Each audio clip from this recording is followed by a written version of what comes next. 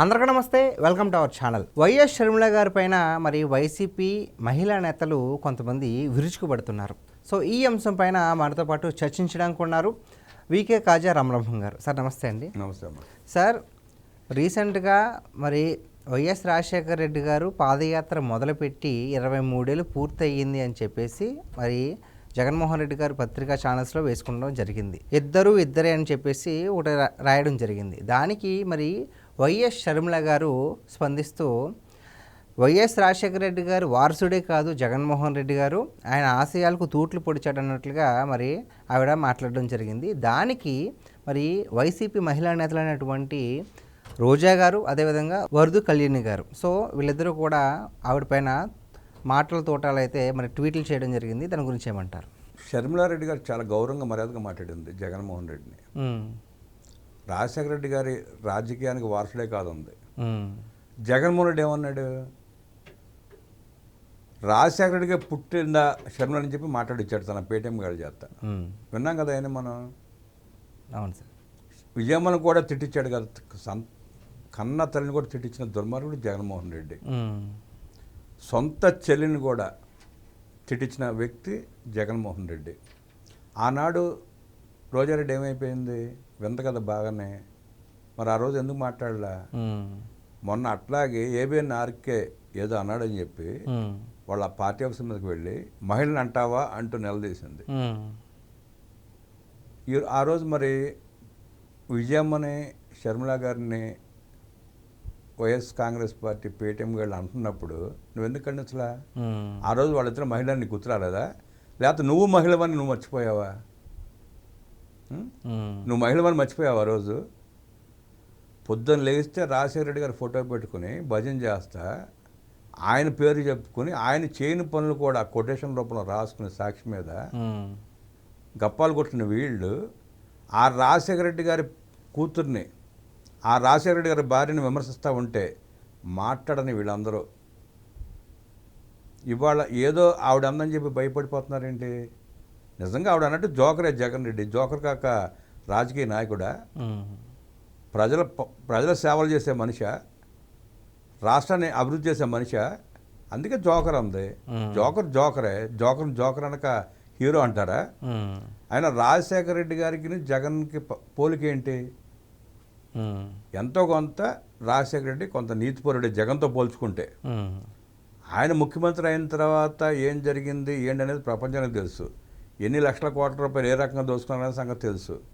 కానీ జగన్ రెడ్డి అంత దుర్మార్గుడు కాదన్నది వాస్తవం. ఓకే, మొత్తానికి తండ్రి గొప్ప అంటారు. జగన్ రెడ్డితో పోల్చుకుంటే రాజశేఖర రెడ్డి గారు చాలా గొప్పే కదా. ఓకే, ఆయన పాదయాత్ర ఎందుకు చేశాడు ఆ రోజు? కాంగ్రెస్ పార్టీకి చేయలే. ఇదే నా ఆఖరి ప్రయత్నం అనుకుని పాదయాత్ర చేయకపోతే ఇక నాకు రాజకీయ సమాధి అనుకుని పాదయాత్ర చేసి ఆ పాదయాత్రలో ఎన్ని మాటలు చెప్పాడో, ఎన్ని కళ్ళబొల్లి కబుర్లు చెప్పాడో, ఎన్ని రకాలుగా నాటకాలు ఆడాడో చూసాం. గెలిచాడు. గెలిచినాక ఏం చేశాడో కూడా రాష్ట్రం అంతా చూసింది. కొడుకుని అడ్డం పెట్టి ఏ రకంగా దోచుకున్నాడో కూడా రాష్ట్రం అంతా చూసింది. సాక్షి పత్రిక పెట్టినప్పుడు కాంగ్రెస్ పార్టీ కోసం అన్నాడు. సాక్షి మీడియా పెట్టినప్పుడు, ఛానల్ పెట్టినప్పుడు కూడా కాంగ్రెస్ పార్టీది అన్నాడు. వాళ్ళకి అక్కడ వెనుపోటు పొచ్చాడు. కొడుకు దోచిపెట్టాడు. జనరల్గా ఏమనుకుంటారు జనం అందరూ? జగన్మోహన్ రెడ్డి దుర్మార్గుడు కాబట్టి ఇక్కడి నుంచి బెంగళూరు పంపిస్తాడు, ఇక్కడ అడ్డంగా ఉండకూడదు అని చెప్పి అనుకున్నారు. అన్న వార్తని ప్రసారం చేశారు పక్కన ఉన్న వాళ్ళు. అది కూడా వాస్తవం కాదు. కొడుకుని బెంగళూరు కేంద్రంగా కూర్చోబెట్టి ఇక్కడ దోపిడీ చేసినంతా అటు డైవర్ట్ చేశాడు. అక్కడ ఆయన సూట్ కేసు కంపెనీలో పెట్టించుకుంటా వ్యాపారాలు విస్తరించుకున్నాడు అక్కడ కూర్చుని. తండ్రి కొడుకుని ఆడిన డ్రామాలో రాష్ట్రం నలిగిపోయింది. ఆ ప్రస్తావన అట్ట పెడితే వాడు జగన్మోహన్ రెడ్డి తండ్రి సంపాదించిన ఆస్తిలో కూడా చెల్లెలకి వాటా ఇవ్వకుండా ఎగ్గొట్టి ఆ రకంగా వాళ్ళ రోడ్డు మీద గెంటేస్తే అదేంటి జగన్ అన్న ఆమె వాటా ఆమెకి ఇవ్వచ్చు అని చెప్పి రోజారెడ్డి ఎందుకు అడగదు? ఎందుకు చెప్పదు? ఆ పార్టీలో ఉన్న సీనియర్ నాయకులంతా ఎందుకు మాట్లాడరు? తల్లికి చెల్లికి న్యాయం చేయాలని జగన్ రెడ్డి రాష్ట్రానికి ఏం చేస్తాడు? రాష్ట్రంలో మహిళలకు ఏం చేస్తాడు? నువ్వు ఏ మహిళను తిట్టచ్చలేదు రాష్ట్రంలో? అమరావతి ప్రాంత రైతులు, మహిళా రైతులు నిరాహార దీక్షలు చేస్తే, అరసవల్లి యాత్రకి వెళ్తే, అమరావతి టు దేవాలయం అని చెప్పి యాత్ర చేస్తే ఆ రోజు నువ్వేం చేసావు? మహిళా రైతుల్ని మహిళను కొట్టించాడా? చంపించే ప్రయత్నం చేశాడా? ఉమ్. నెల్లూరు దగ్గర భోజనం చేసే కార్యక్రమంలో కూర్చుంటే గిన్నెలు మొత్తం చెల్లాతరు చేసి ఇస్త్రాకులు మొత్తం పారేసి ఎంత గందరగోళం చేశాడు. ఆఖరికి వాళ్ళు ఏం చేయాల్సి వచ్చింది? రోడ్డు మీద మిట్ట మధ్యాహ్నం ఎండాకాలం, వేసవకాలం నడినెత్తిన సూర్యుడు బగబగ మండుతూ ఉంటే రోడ్డు మీద కూర్చుని భోజనాలు చేశారు వాళ్ళు. అయ్యో. ఇస్త్రాకులు పారేస్తే రోడ్డు మీద అన్నం కలుపుకొని అక్కడే కూర్చుని తిన్నారు. ఉమ్. ఆ రోజు వాళ్ళు పెట్టిన కంట కన్నీరే జగన్మోహన్ రెడ్డి పతనానికి నాంది అయింది. ఉమ్. ఆ రోజు రోజారెడ్డి ఏమైపోయింది? వరదుని కళ్యాణ్ అంటే కొత్తగా వచ్చినట్టుంది ఆవిడ పార్టీలోకి. ఉమ్. అంటే పాత ఆవిడకి తెలుసో లేదో, తెలుసుకుంటే మంచిది, తెలుసుకుని మాట్లాడాలి. ఎంతోమంది మహిళా నాయకురాళ్ళు వైఎస్ఆర్ కాంగ్రెస్ పార్టీ నుంచి బయటికి వెళ్ళిపోయారు జగన్ రెడ్డి దెబ్బ తట్టుకోలేక. ఉమ్. వాళ్ళు చేసిన నీచమైన పనులు తట్టుకోలేక ప్రజలు మొహాన్ని వస్తూ ఉంటే ఎంతమంది వెళ్ళిపోయారు బయటికి. ఈవిడ కొత్తగా వస్తుంది కాబట్టి అన్నీ అర్థం చేసుకోలేదు అనుకోండి. ఇంకా ఉమ్. అవన్నీ అవగతం అయితే ఈవిడ కూడా మెల్లిగా జారుకుంటుంది. ఈ రోజారెడ్డి అంటే రోజారెడ్డి గురించి మాట్లాడుకుంటాక ఏముంది? ఉమ్.